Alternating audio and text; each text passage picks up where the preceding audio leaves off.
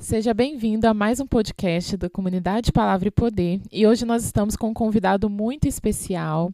Zebral, quero que você se apresente um pouquinho para a gente. Oi, gente. Meu nome é Gabriel Zebral.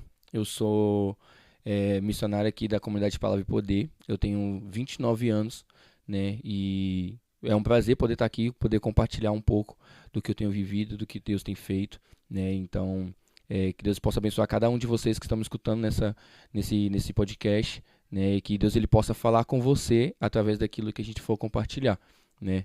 E é isso. Zebral, eu quero que você compartilhe um pouquinho com a gente como que iniciou essa caminhada cristã e como que foi até você chegar ao seu chamado.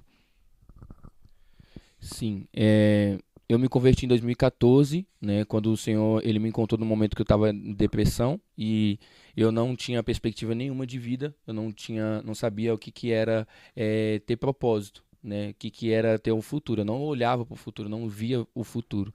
Então o Senhor ele se revelou para mim de uma forma que duas coisas que foi muito forte, que ele me amava e que ele tinha um propósito na minha vida.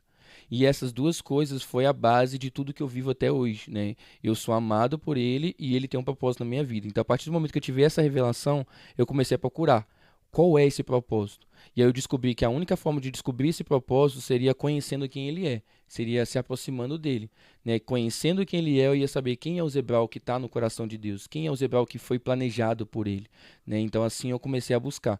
O Senhor primeiro falou comigo que eu era evangelista. E aí eu comecei a me movimentar nisso, a me capacitar. Eu não falava em público de jeito nenhum, né? Eu tinha maior vergonha, não falava com outras pessoas. A época de depressão que eu tava, eu odiava estar com pessoas. Então, assim, foi da água pro vinho a transformação que o Senhor fez. Hoje eu já não consigo mais ficar longe de pessoas. E aí, nesse tempo, quando o Senhor me falou que eu era evangelista, eu comecei a buscar essa capacitação e já me movimentando nesse lugar, né? De evangelista, de levar a palavra.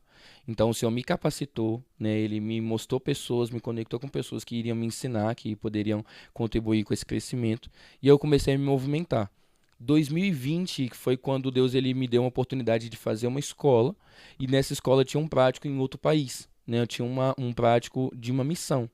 E aí o Senhor ele me deu claramente e falou: "É pro Chile que você vai", né? Tinha várias opções que eu podia escolher. Eu não queria escolher um lugar mais caro por causa de status, né? Tipo, quero ir para Europa. O meu sonho tá na Europa. Mas eu não queria escolher por causa tipo assim, eu tô na Europa realizando meu sonho. E também não queria escolher por causa de condições financeiras. Porque se fosse isso, eu ia ficar no lugar da escola mesmo, né? Não ia nem sair de lá. Mas o Senhor, eu orei e pedi o Senhor para me direcionar. E por 3 vezes ele falou comigo, Chile. Aí eu falei assim, então tá.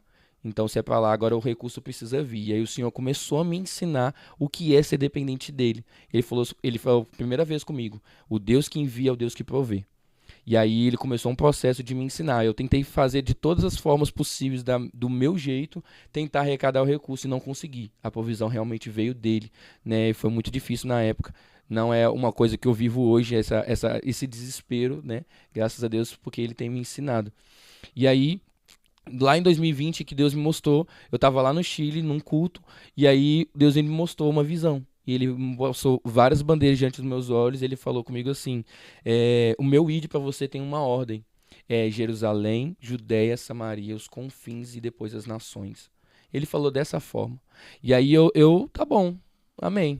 E aí eu entendi que era a minha casa, a minha igreja local, a minha cidade, era o meu estado, era o meu país, depois viria as nações. Eu ignorei a parte dos confins, né? E aí é as nações. E aí 2024, quando eu fui para a Amazônia, é que eu ouvi falar sobre aqui é os confins. E aí, na hora, o Espírito Santo me mostrou, me lembrou dessa palavra. Ele falou comigo que tinha uma ordem, né? Desde 2020 a 2024, eu dediquei minha casa, dediquei minha família, dediquei a meu estado, né? Fiz algumas missões, evangelismo urbano aqui na cidade, para todo lado. Então, assim, eu realmente vivi essa ordem do ID dele. E tudo foi um processo de aprendizado, um processo de preparo e de obediência, né? A realmente aquilo que ele me falou. E aí, quando eu cheguei lá, no Amazonas, onde eu tô hoje, e foi falado assim, aqui aos confins, aí eu falei assim, caraca, realmente, Deus, a forma como Deus falou comigo, por mais que estava diferente do versículo que a gente conhece, era realmente o que ele queria fazer, dos confins para as nações. E aí, lá nesse tempo, eu já fui para o Peru, já fui para Venezuela, já fui para Guiana, e a gente já tem planejamento para ir para outros países. Então, realmente, essa ordem tem se acontecido. É questão de obediência, né? Assim foi a forma como, de uma forma bem resumida, uma forma como o Senhor tem ministrado essa questão do meu chamado, né? Desde quando ele despertou até o dia de hoje. E eu queria saber como que tem sido essa volta para casa depois de todas essas experiências, assim, o que que mais te impactou nesse retorno? É muito diferente. Tudo é muito diferente. A rotina é diferente, né? Estar aqui, às vezes eu fico meio assim, aéreo, meio paradão, assim, só observando tudo, porque tudo é muito diferente, né? Lá é o tempo todo trabalhando, é o tempo todo fazendo alguma coisa, né? Ou a gente está discipulando, ou a gente está ensinando, ou a gente está orando, ou a gente está chorando com alguém, ou a gente tá, eu sirvo na mídia, na comunicação lá, ou a gente está gravando um vídeo, tirando uma foto, filmando alguma coisa, editando, ou a gente está em viagem, né, indo para as comunidades indígenas e ribeirinhas para poder levar o evangelho. Então é o tempo todo, né? Durante a semana na base missionária, final de semana na igreja, mas o tempo todo vivendo igreja, né? O tempo todo sendo igreja, né? Então a rotina, quando eu chego aqui, por mais que é necessário esses tempos que a gente vem para esses lugares assim, fica um pouco mais quieto, um pouco mais parado, mas eu estranho isso. Eu estranho, tipo, toda hora eu quero alguma coisa para fazer, né? E às vezes lá em casa, lá na casa dos meus pais, eu tô sempre procurando alguma coisa para fazer, alguma coisa para servir, não para, né? O serviço não para. Né? Então, eu tô sempre procurando um serviço. E aí é tudo, né? Porque na Amazônia o meio de transporte é barco, aqui é carro, né? Moto. Lá não tem muito trânsito, aqui tem muito trânsito, né? Então, assim, muita diferença, né? E 2 anos lá realmente gera essa mudança na nossa mente, né? Hoje, por exemplo, aqui, eu já não gasto dinheiro com qualquer coisa, porque eu sei que o dinheiro é muito valioso lá. Né? Então, o que antes, o Zebral que vivia aqui antes, toda semana gastava dinheiro com um sanduíche. É normal, da nossa família, toda sexta-feira, dia de lanche. Gastar R$ 30, R$ 20 com um sanduíche é normal. Mas depois que eu fui para lá e vi com o que dá pra fazer com R$ 30, né, o quão valioso é R$ 30 lá, aí eu já não gasto mais assim. Então muda a minha forma de viver aqui pela forma como pelo que eu conheci lá, pela forma como eu vivi lá, né? Então é tudo realmente muito diferente, muito estranho, né? Mas uma coisa que eu aprendi muito com esse tempo de missões é ser adaptável. A gente tem contato com várias etnias, várias culturas, várias línguas. Então, é muito fácil para mim ao diferente, né? Me adaptar ao diferente. Então, pouco tempo aqui eu vou me adaptar aqui, né? Aí daqui a pouco eu estou indo para outro lugar, vou me adaptar lá e assim a gente vai vivendo, né? Mas os primeiros dias aqui realmente é assim, de ficar impactado, parado, meio tipo assim, meio perdido por causa das diferenças de tudo, né? E você consegue contar pra gente alguma experiência que te impressionou, algo que talvez você nunca tinha visto aqui, nunca tinha tido essa experiência aqui em Belo Horizonte, mas que lá você conseguiu ter essa experiência? Tem muita coisa lá que a gente não vive aqui, mas a questão de viajar de barco, né? A gente viaja 5 a 10 dias de barco, dia e noite, para poder chegar numa comunidade, ficar 2 a 3 dias, para depois voltar mais 5 a 10 dias de barco de novo, né? Então, isso para mim é algo assim, caraca, que loucura, né? Parece loucura, mas eu entendi o propósito disso, né? Por causa de vidas. E sempre quando a primeira vez que eu viajei assim de barco e a gente chegava lá, às vezes só uma pessoa aceitava Jesus, eu ficava pensando, poxa, é esse tanto de dias, esse tanto de dinheiro, esse tanto de trabalho e uma pessoa aceita Jesus. Mas é uma pessoa aceita Jesus. Né? Então valeu a pena. Uma pessoa aceitou Jesus. E além disso, a semente foi plantada em várias outras também. Então, é muito legal de viver o que a Bíblia, sempre eu li na Bíblia, né? Na Bíblia fala que Jesus atravessou o mar lá para poder ir no Gadareno e foi uma pessoa só, né? E depois ele voltou e o Gadareno que foi testemunho naquele lugar. Então, uma pessoa que a gente alcançou naquela comunidade vai ser testemunho para aquela comunidade, para aquele povo. Assim ele também fez com a mulher samaritana. Foi uma pessoa alcançada por ele, fora da cidade, que aí alcançou uma cidade inteira. Trouxeram a cidade inteira para Jesus. Então, realmente a diferença de clima, né, que lá é muito mais quente do que aqui, muito mais é úmido, mas é muito abafado, né? A questão do transporte, como eu falei, do barco, mas uma das experiências que eu nunca tive na vida é orar por um morto ressuscitar. E a gente teve isso lá numa comunidade. A gente tinha acabado de voltar de uma comunidade, a gente estava super feliz porque era aniversário de um dos missionários que estava com a gente na equipe. A gente estava feliz demais que Deus ele deu uma pintura belíssima no pôr do sol. E a gente teve a oportunidade de nadar no rio lá na praia, que sempre foi o sonho dela, que ela realizou o sonho dela, né? Deus ele deu esse presente para ela. E aí a gente chegando na comunidade, a gente soube da notícia, o filho do cacique morreu. Ele tinha 7 dias, era um bebê. No dia anterior a gente tinha dado o nome para ele. A gente ajudou a escolher o nome, que era Joabe. E aí a gente soube que o Joabe estava já tava com sem respirar. E aí as meninas da equipe de saúde já foi para lá, tentou todas as formas possíveis de saúde, não conseguiram, não deu nada, não descobriram o que tinha, não tinha nada na garganta, não tinha uma causa. E aí a gente começou a orar. Aí pegou o violão, começou na adoração de uma forma intensa, e a gente começou a adorar, começou a orar, começou a interceder, começou a orar. E aí pela primeira vez eu fui e coloquei a mão em cima daquele corpinho e comecei a declarar a vida. Todos os versículos que eu imaginava que vinha na minha mente, que eu já ouvi Deus falando, eu declarei naquele momento. E nada acontecia. E aí foi meia hora, foi 1 hora, foi 2 horas. O dedo dos meninos tava no violão, já estava sangrando, que já estava tudo rasgado aqui já. Mas ele não parava de adorar, não parava de adorar. Aí a gente saiu dessa casa, onde tava a comunidade toda estava dentro da casa, e a gente viu que tinha muito peso espiritual ali. A gente saiu dali, foi para a casa do cacique mesmo, onde só tinha família e a gente continuou mais 1 hora lá, adorando e orando e orando e orando, e eu impondo a mão e orando e pedindo a Deus para poder fazer. E aí passou um tempo, nada aconteceu. Essa foi a experiência mais impactante que eu já tive em toda a minha vida. E naquele momento ali eu fiquei frustrado. Eu falei assim, por quê? Por que que isso aconteceu? E aí eu saí correndo daquela casa, voltei para casa missionária e eu comecei a orar com Deus. Eu falei assim, Deus, por que que não aconteceu?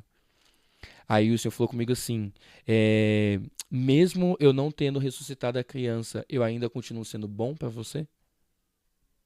Nossa, isso me impactou muito. E aí eu falei assim, em lágrimas, Senhor, o Senhor continua sendo bom, mas eu creio que o Senhor ainda pode fazer.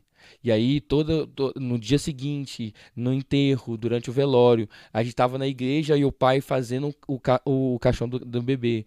E aí a gente, em todo tempo, toda hora que eu lembrava da criança, eu falava assim, Senhor, o Senhor pode ressuscitar ela.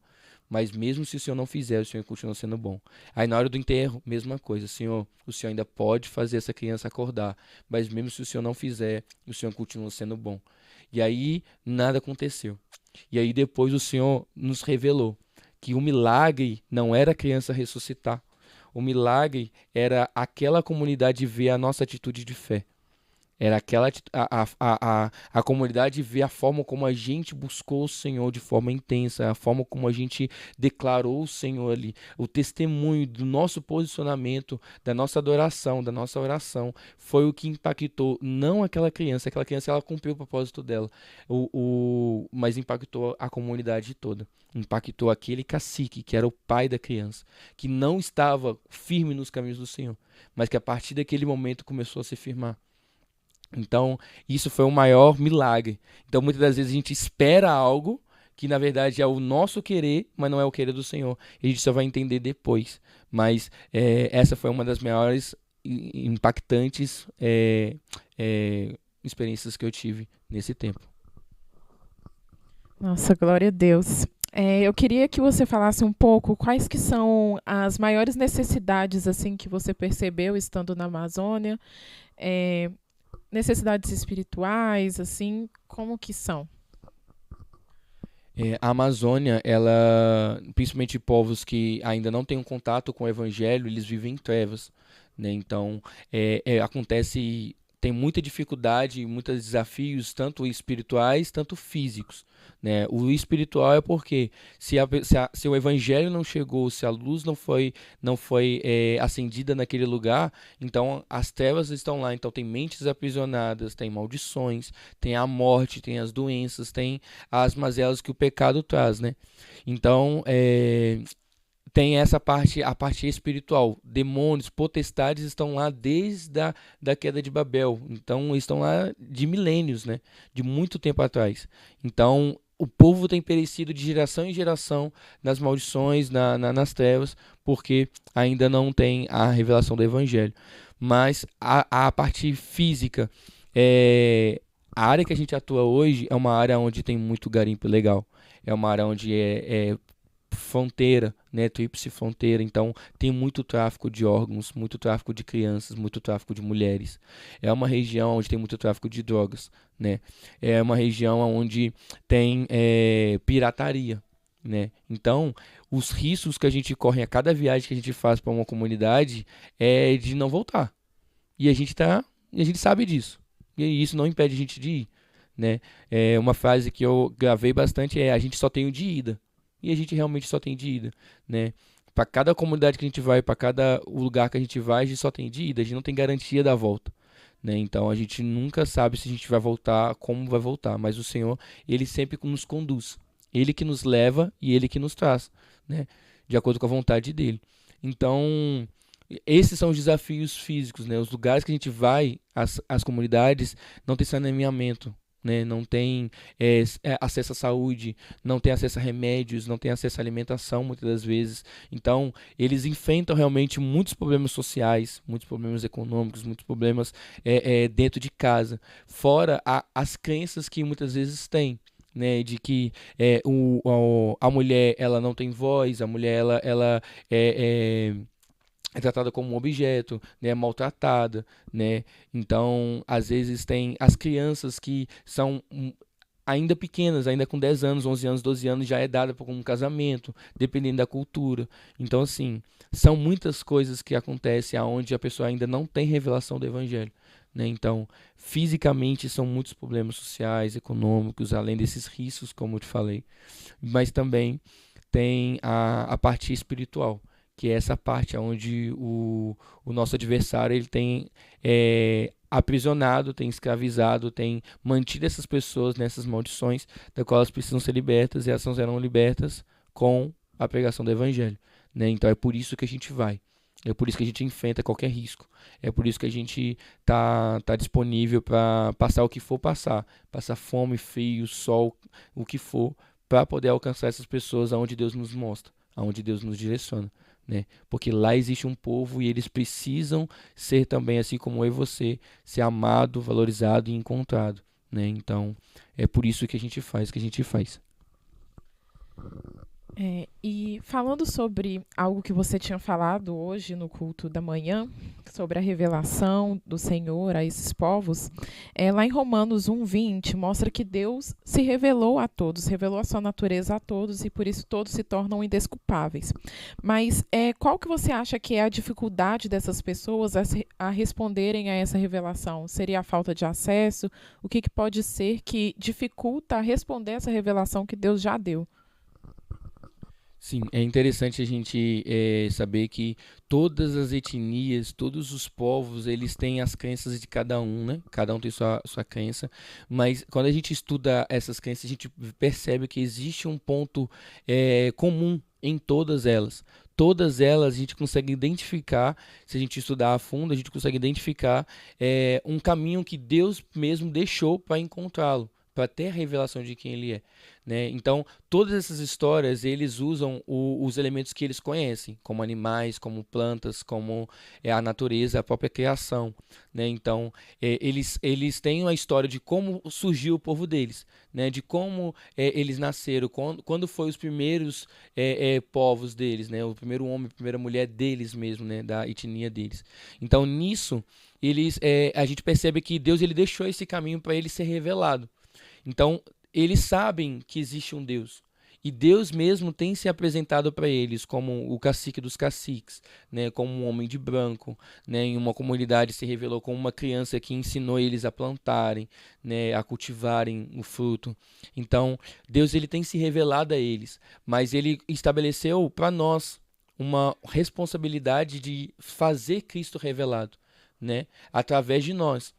Então a igreja ela carrega essa responsabilidade de fazer Cristo ser revelado, né? Tanto que Jesus ele fez a imagem do Deus invisível, ele veio na terra para nos mostrar a imagem do Deus invisível e ele passou essa responsabilidade para nós agora, como cristãos, como pequenos cristos, da gente ser essa imagem dele agora, né? Jesus ele era a luz do mundo e ele nos falou: agora vocês são a luz do mundo, né? Agora vocês são o sal da terra, vocês precisam ir aonde há escuridão para trazer a luz. A luz é a revelação. É o conhecimento. Quem é esse homem de branco que apareceu para eles? Quem é essa pessoa da qual eles aprenderam de geração em geração, né, que surgiu o primeiro homem, a primeira mulher da etnia deles, né? Quem é esse Deus, esse Tupana, esse Coriocomo, né, esse Jessusso, né? Quem é esse Deus? Né? Então Deus ele deixou o mapa para encontrá-lo e ele conta com a gente, com a igreja, para fazer ele revelado. Né? É a nossa responsabilidade. Mateus 28 fala: ide por todo o mundo, pregar o evangelho a toda criatura, né? Fazendo discípulos de todas as nações, todo povo, tribo, língua, nação, para que ele possa ser revelado. Né? E isso é a nossa responsabilidade, até os confins da terra. Né?